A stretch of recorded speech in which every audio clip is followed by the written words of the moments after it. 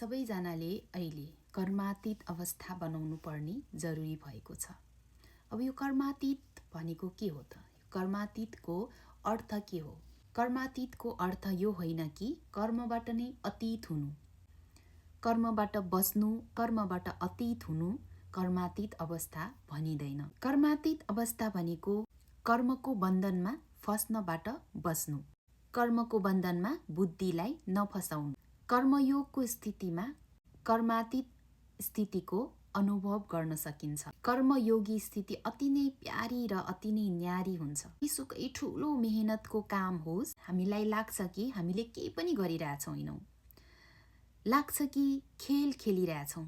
यसलाई नै भन्छ कर्मातीत अवस्था। यदि यस्तो अवस्था छ भने कर्म गरिरहेछ तर कर्मभित्र कुनै लगाव झुकाव छैन, बिल्कुल न्यारी र प्यारी। यस्तो अवस्था बनाउनु अहिलेको हाम्रो आवश्यकता हो। किनभने अहिले हामीलाई के भइरहेछ, हरेक काम भार लाग्छ। अब हरेक काम त गर्ने हो, तर के गरेर गर्ने त? कर्मातीत अवस्थामा स्थिर भएर काम गर्यो भने हामीलाई केही काम गरेको जस्तो पनि लाग्दैन, सधैँ हल्का र न्यारा रहन मद्दत गर्छ।